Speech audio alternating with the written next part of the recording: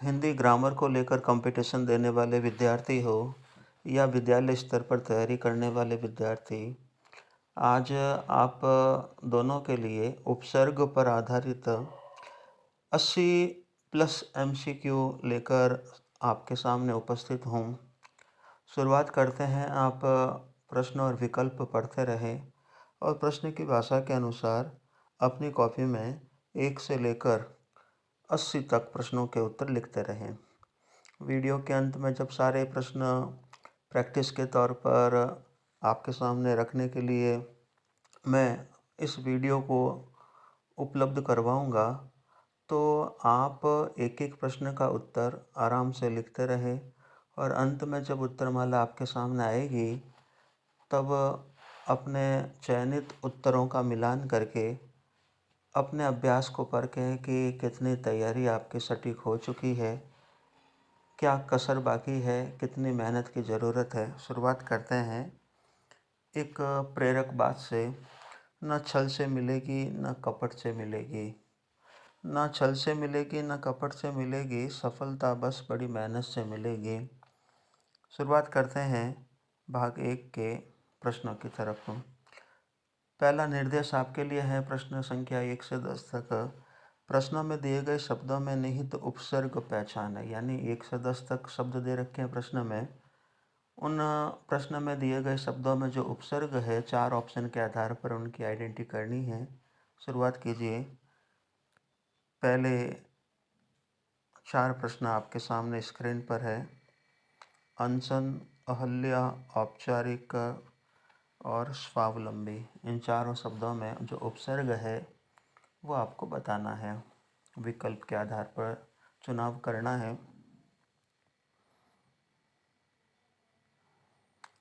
प्रश्न संख्या 5 से 8 तक आपके सामने व्यू, अन्वय, समालोचना, निरुत्तर।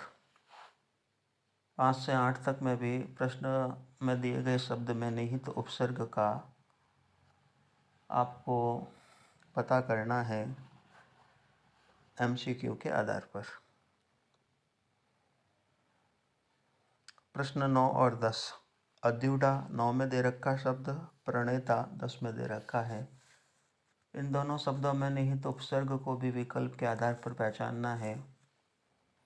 तो ये पहले 10 प्रश्न हो गए जिसमें प्रश्न में निहित शब्द में जो उपसर्ग मौजूद है उसकी आपको पहचान करनी थी।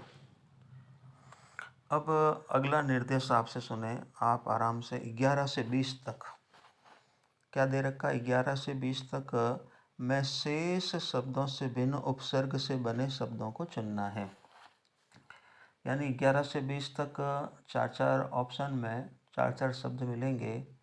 चुनाव आपको उस विकल्प का करना है जिसका शब्द शेष 3 विकल्प के शब्दों से भिन्न उपसर्ग से बना है।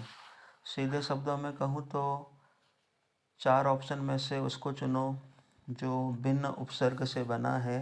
तो 3 में तो एक जैसे उपसर्ग होंगे और 1 में उन तीनों से अलग होगा, तो उसी अलग उपसर्ग वाले शब्द का चयन प्रश्न संख्या 11 से 20 तक करना है आपको। 11वां प्रश्न आपके सामने है 11 से 14 तक। 11 के 4 शब्द दे रखे हैं, अनुपयुक्त, अनाचार, अनुपयोग, अनुसार। 12 में 4 प्रश्न, स्वराज्य, स्वल्प, स्वार्थ और स्वस्थ। 13वें में दे रखे हैं अनहोनी, अनजान, अनपढ़, अनाचार। 14 नंबर पे दे रखा है बदजात, बदसूरत, बदनाम,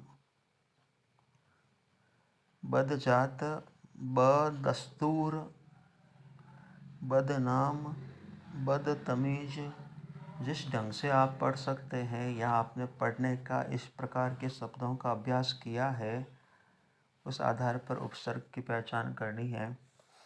जैसे ब जो विकल्प दे रखा है, आप बदस्तूर ये पढ़ें या बदस्तूर ये पढ़ें। ध्यान से आपको अभ्यास जो आपने किया उसके आधार पर 14 का चुनाव करना है। 15 से 18 तक में भी आपको उसी विकल्प को चुनना है। जो शेष 3 शब्दों से उपसर्ग की नज़र से अलग है। सरदार, सफल, सावयव, सौदेश्य। अलसुबह, अज्ञात, अटल, अच्युत 16वें में। 17वें में दे रखा दुरंगा, दुर्भावना, दुर्भिसंधि, दुरुपयोग। 18वां में दे रखा है पराकाष्ठा, पराक्रम, पराधीन, पराजय। 15 से 18 में भी उस शब्द का चुनाव करना है जिसका उपसर्ग 7 माये 3 शब्दों से अलग है।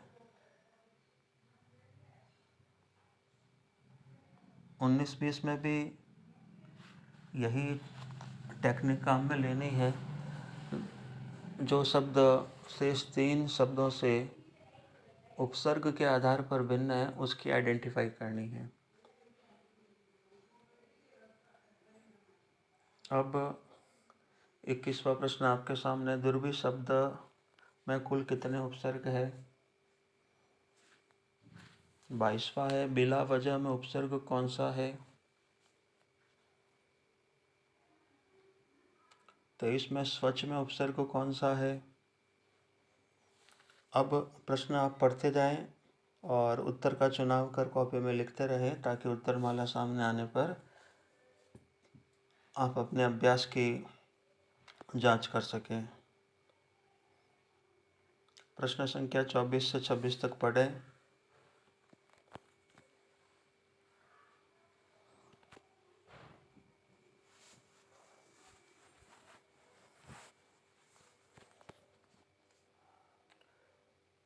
प्रश्न 27 से 29 तक आपके सामने है।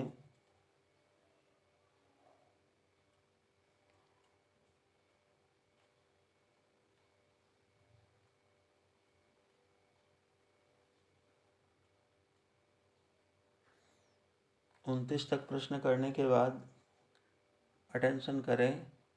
प्रश्न संख्या 30 से 32 तक। प्रश्न की भाषा को ध्यान से पढ़ें।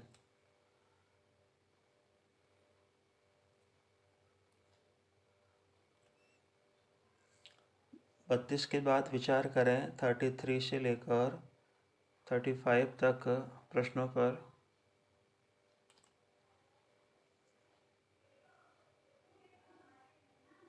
आराम से विकल्प और प्रश्न को मैच करके आंसर निकालें। अब बात करते हैं 36 से 38 तक के।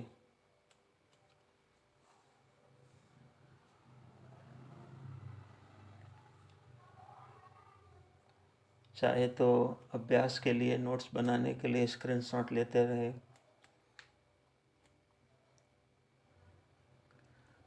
अड़तीस के बाद 39 और 40 आपके सामने है। मैंने लगभग हर तरह के प्रश्न जो भी बन सकते थे परीक्षा की नज़र से उपसर्ग पैटर्न पर आधारित, वो सारे प्रश्न आपके सामने मैंने रखे हैं इस उम्मीद में कि आप हर तरह से अभ्यास कर पाएंगे। परीक्षा में बैठने से पहले हर तरह से कोशिश, हर तरह के प्रश्न को फेस करेंगे तो एक हौसला लेकर आप एग्ज़ाम अटेंड करोगे। 40 के बाद अब 41 से 43 तक आपके सामने है।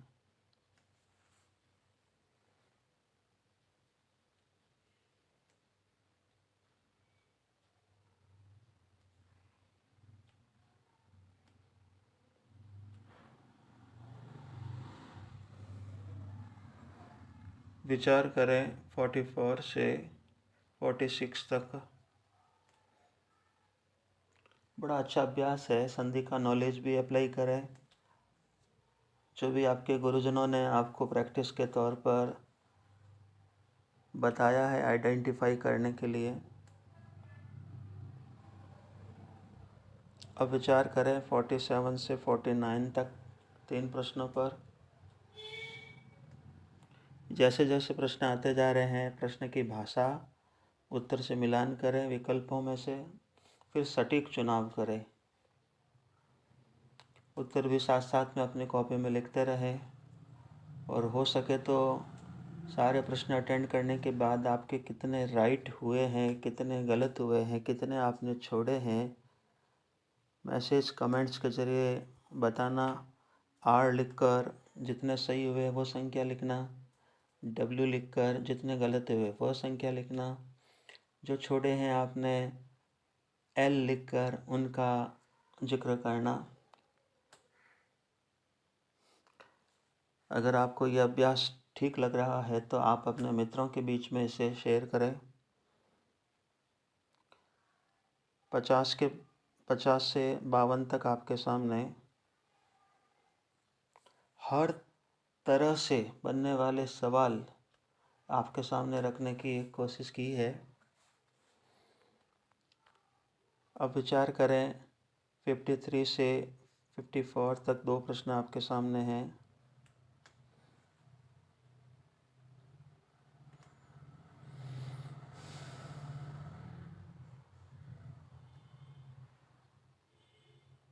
फिफ्टी 55 की भाषा ध्यान से पढ़ें, 57 तक अटेंड करें।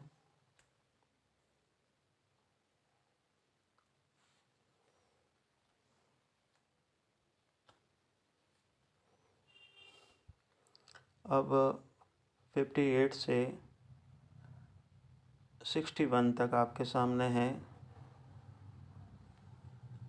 हर तरह से उलझाने वाले प्रश्न आपके सामने रखे हैं ताकि आपकी तैयारी का मंथन करके आप विकल्प चुन सकें। 61 के बाद विचार करें 62 से लेकर 64 तक।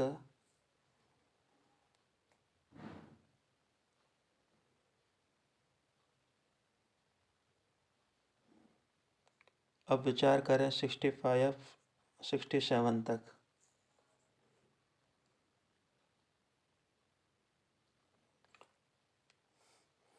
उपसर्ग युक्त शब्द में जब किसी प्रत्यय का योग होता है तो उपसर्ग की शुरुआती ध्वनि में भी परिवर्तन होता है।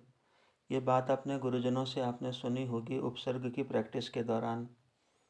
तो नो डाउट इसी अनुभव को यहाँ काम में लेना है। 68 से 70 तक।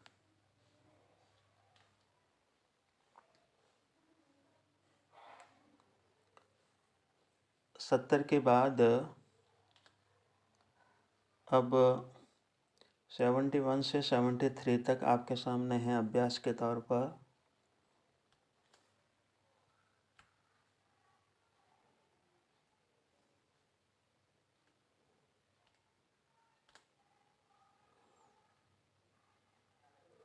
सेवेंटी 74 से 76 तक आपके सामने है।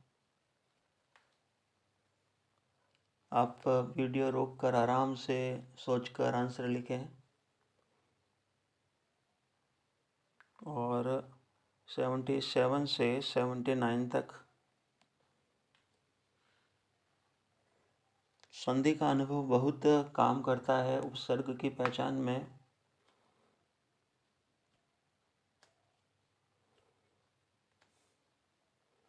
अंतिम कुछ आपके सामने आ रहे हैं 80 और 81, लास्ट 2। 81 प्रश्न टोटल आपके सामने रखे हैं।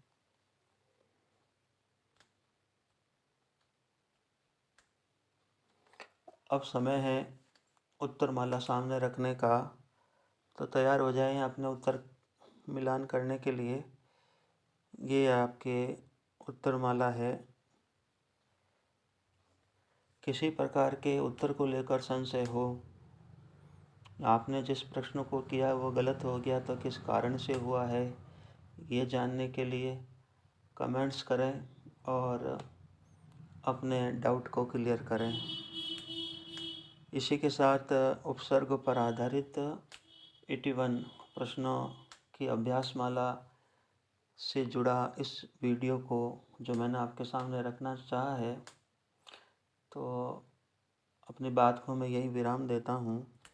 उम्मीद करता हूँ कि आने वाले कल भी अलग अलग टॉपिक्स के ज़रिए मैं आपके अनुभव को परखने की जो कोशिश करूँगा, आप बड़े सचेत होकर उस परख का हिस्सा बनेंगे।